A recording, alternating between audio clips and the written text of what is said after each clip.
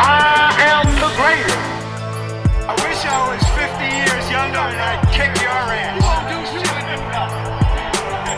Just stick and move. And just waking you up and saying, now stick and move. Keep your hands up. Welcome to a new episode of the Stick and Move podcast. I'm your host, Trey, here with my co-host, Sam. And today we're going to change it up a little bit. We are discussing the top 3 greatest fighting stare downs of all time. So we're jumping into boxing. We're jumping into UFC. We want to go kickboxing, wrestling, wherever there's been great stare downs. We're gonna cross the line a little bit. Some of our viewers might not like it, but we're gonna have a little bit of fun this time, a little holiday spirit fun. So, Sam, hit me with your number 3. What is your number 3? That was I mean, there's so many. There's so many I like, but this is just the top of my head. The 3 that I liked. My number 3 is Mike Tyson and Peter McNeely. Oh, I mean, this was Mike Tyson coming out of prison, bro. Coming out of prison, he was jacked. He was in a crazy shape. And all the talking that Peter McNeely did in the press conferences, I mean, the way Mike Tyson was staring him down, bro, by following him with his eyes, dude had to be one of the scariest. That night, bro, nobody wanted to be in McNeely's shoes, bro. Right. I mean, that was a hardcore stare down. I'll admit with you, man, I have that one on my list, so I'm going to kick it out. But yeah, bro, when he came his first fight after prison, we're all wondering, what are we going to see from Mike Tyson? Now that he has been in prison, we already looked at him as the most dangerous man in the world. Now he had that stench on him of being like, wow, now he's prison Mike Tyson. And when you saw him looking at him and Peter McNeely joking around, smiling, even in the weigh-in the day before, joking around with Mike Tyson, you saw Mike Tyson's eyes just follow him. And dude, that stare down, in my opinion, could have cracked the glass. Wow. You know what I'm saying? And Tyson has even admitted he can tell if this is going to be a fast fight or an easy fight just by the stare down when they're doing the introductions.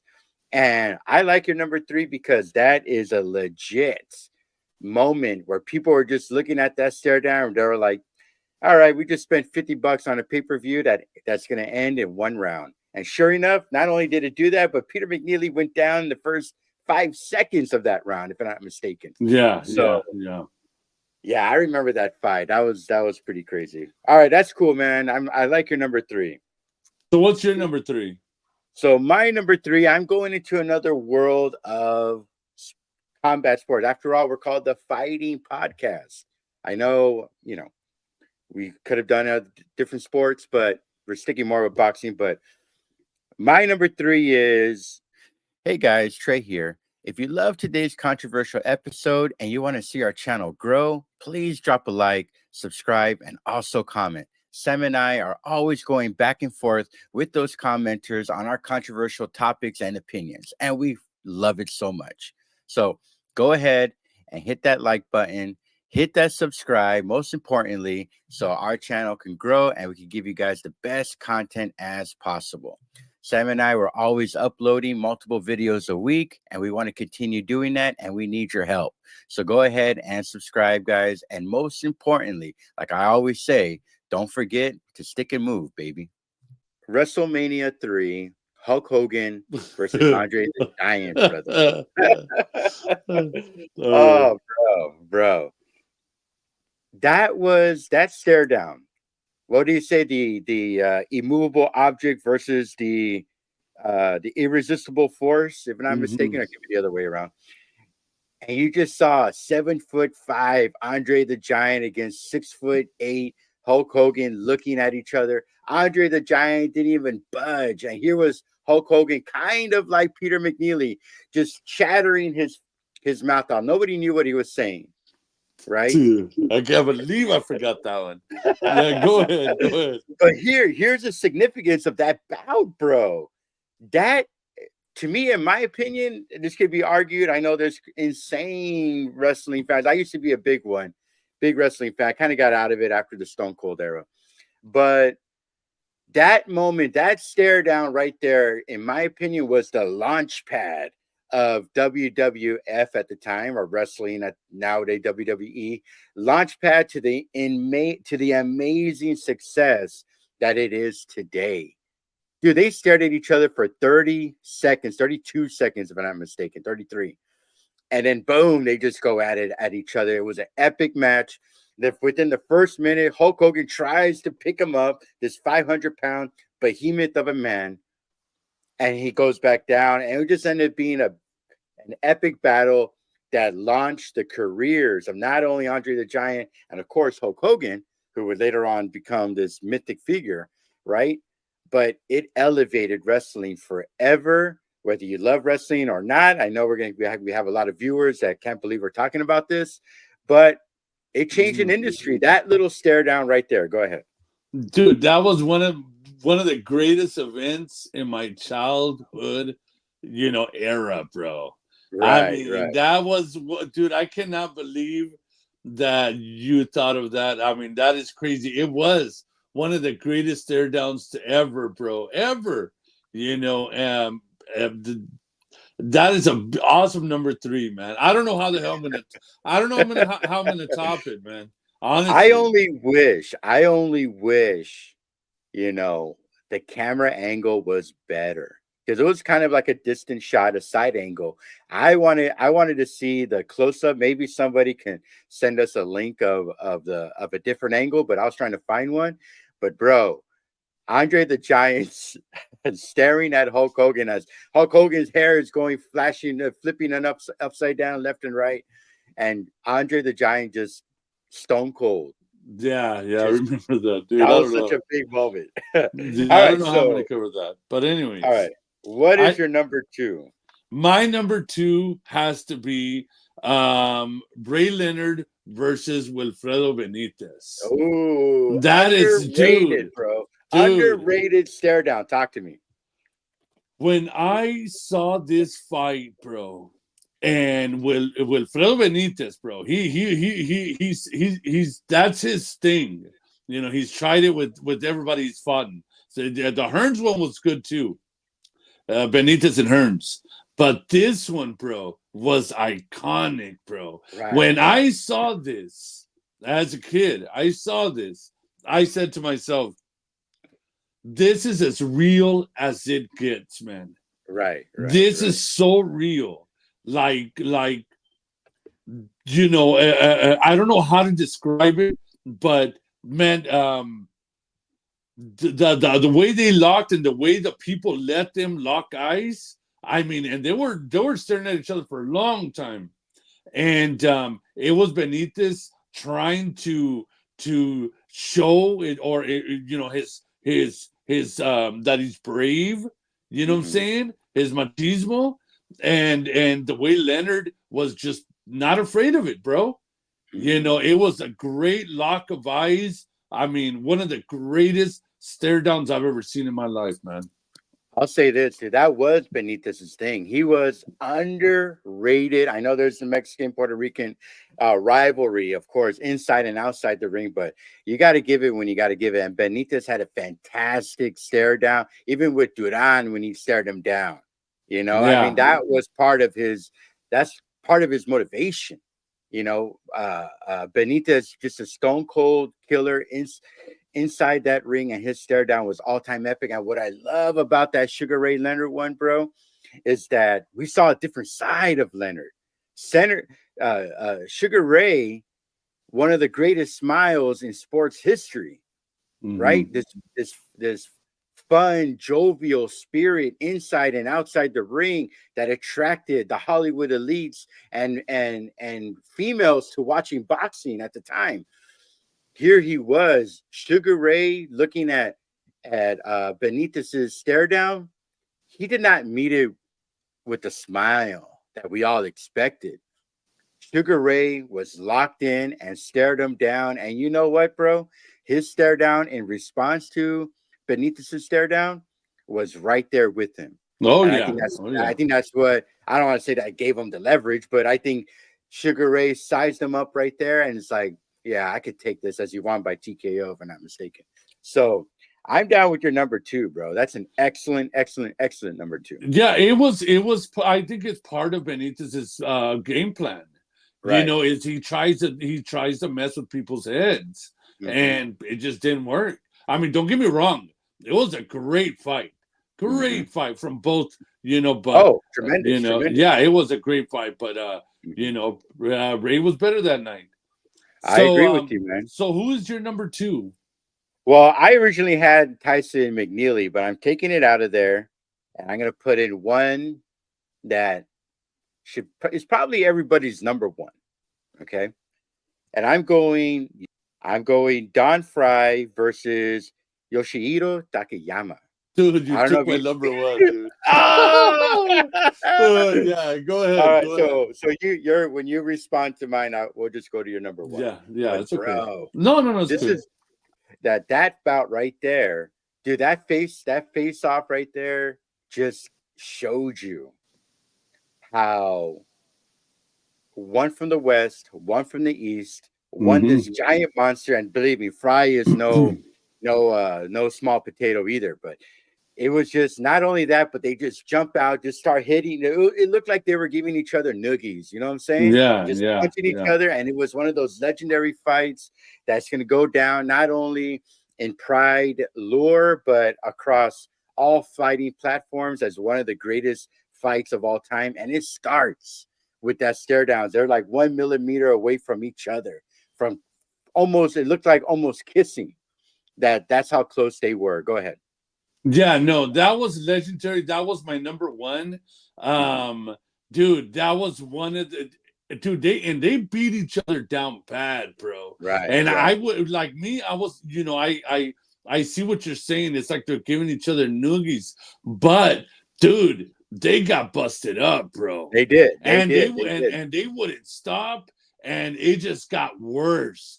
It just got brutal. And I have to hand it to Takayama. I think is his name. I have to hand it to him, bro. He took it like a real man, bro. Right. He took it like a real. Those two guys right there that night, bro, are gladiators, bro. That I don't see anybody compared to these guys when it comes to punishment and just giving a beating. So go ahead. Well, here's the thing about Takayama, bro. It's just that Takayama. Yeah, Takayama. He comes in there with that stare down and with that blonde hair, this giant Asian fighter, bro, from Japan. Just showing the world, introducing himself to the world that I'm going to take out Pride's main guy. And it ended up being a kind of like, it felt like a shift in sports. It gave, in a strange way, in my opinion, legitimacy to the mixed martial arts world, right? We're just used to boxing being the sole having a monopoly in fighting.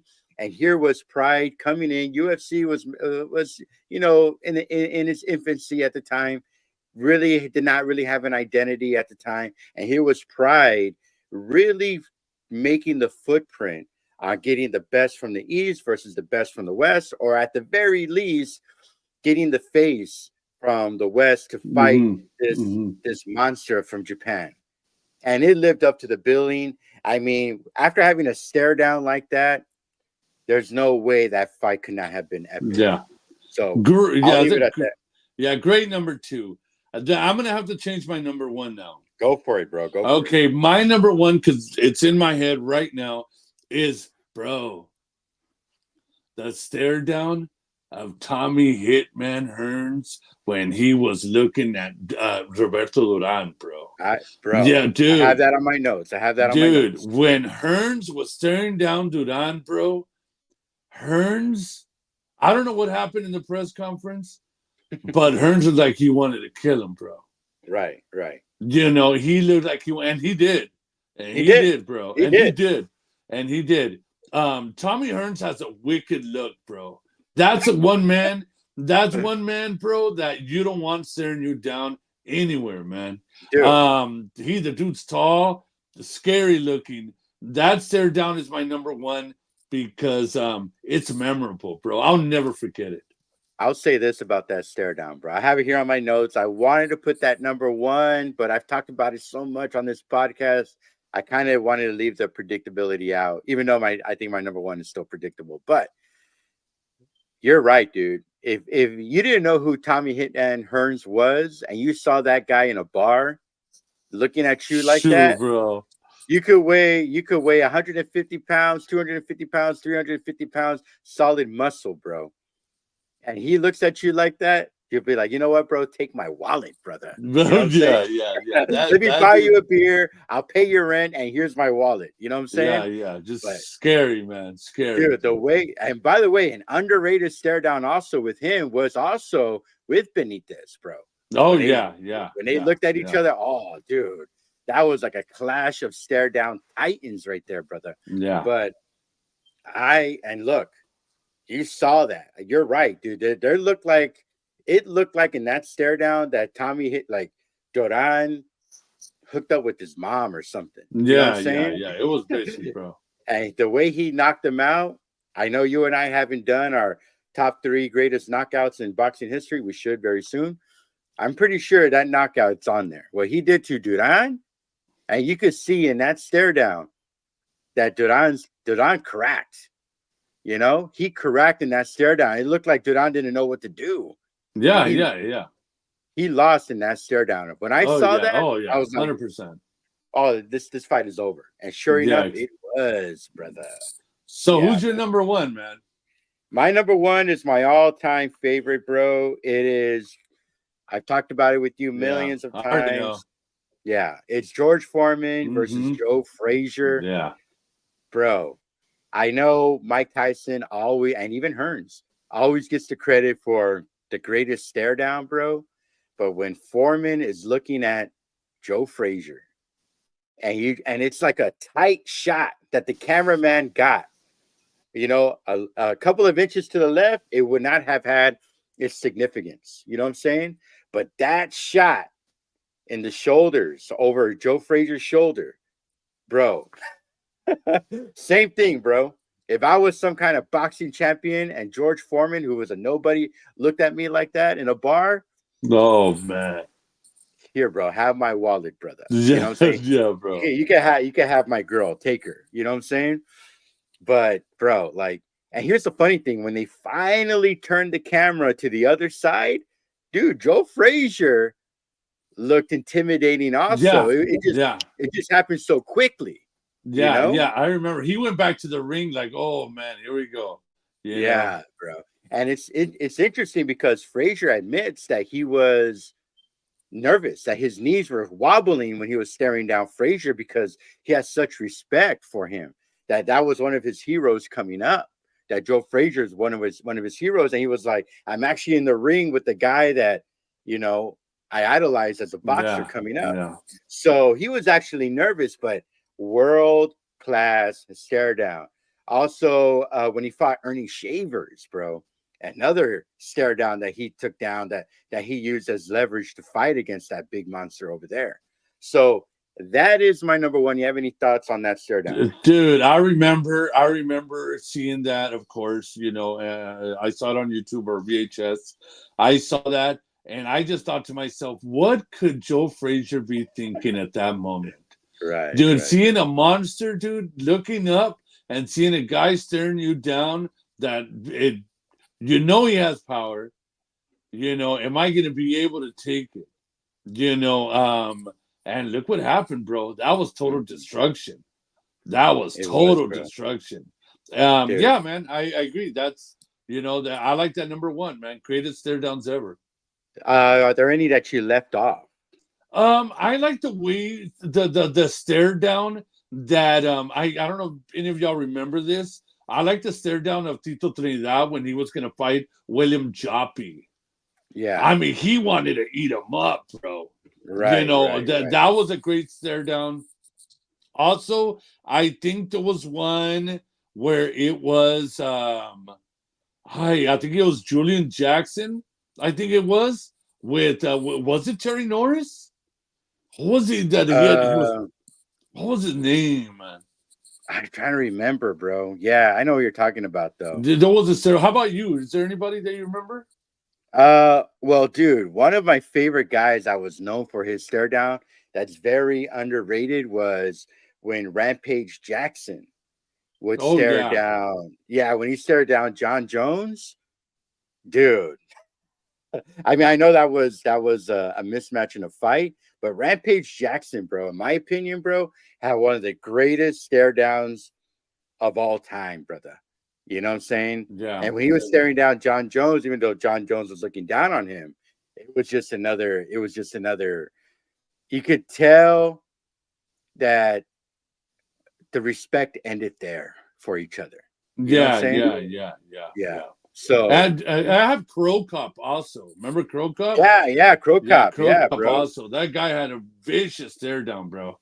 Right. And that was his stare down was just stone cold. He did not budge. He had that Yeah, furrowed brow, shaved head. He yeah, just looked down on you. Yeah, bro. I remember Crow Cop had like a mythic figure in the early 2000s, bro. Like, yeah. you don't want to mess with that guy, You didn't especially. want that leg. Yeah, you didn't want those leg kicks. That's what everybody was saying, bro.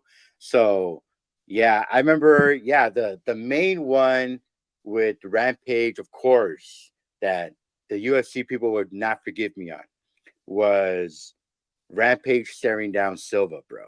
Oh yeah, You yeah. know, that I mean, Silva was just this monster athletic. Well, they both were super athletic, but bro, they mastered the class of stare down. So I'm pretty sure there's many that we left off, guys. Leave us in the comments your favorite stare downs, the stare downs that we left off that should have been on the list, honorable mentions, that kind of thing. And Sam, do you have any final words for this episode? Yeah, I just I want to thank everybody, for commenting, liking the channel. Please share. If there's any thoughts, any ideas y'all want us to talk about, let us know, and we'll do an episode. So Mhm. thank you. All right. Thank you guys very much. Like Sam said, just leave a comment. Make sure you subscribe, refer us to friends. We're trying to grow the podcast. And like I always say, don't forget to stick and move, baby. I am